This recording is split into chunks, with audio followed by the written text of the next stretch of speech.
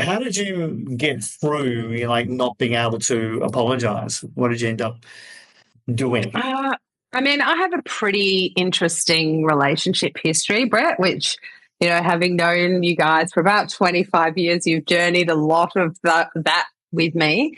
And so, I really struggled in relationships a lot. And it wasn't just around um, resetting or the communication stuff, but it was just actual an inability to get past stuff and to let that.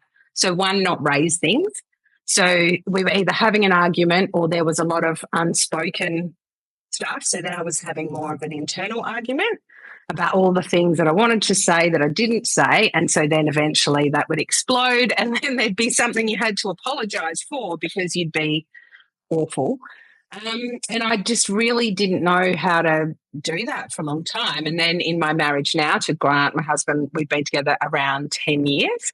A whole nother, dynamic started where I would just find that I wanted to make him wrong so much that I couldn't apologize. I'd feel really hurt by something that he had said, usually something that he had said. But every time I held on to him being responsible for it or felt hurt or, wanted to point out how he was wrong and I was right or whatever, it would go on for days and days and days. And it got really exhausting and we just never resolved anything. Mm. We would, eventually come back to okay because we just would fight. It would go on for however long. Then we would maybe kind of come to, what do you call it? Like truce.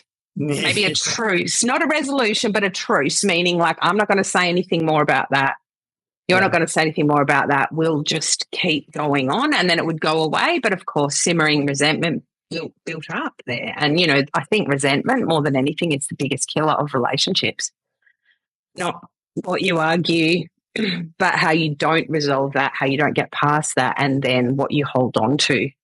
Yeah, people don't fall out of love. They fall into resentment. And that's something that we have to realize in the relationship is consistent. And we think if you break down what people argue over,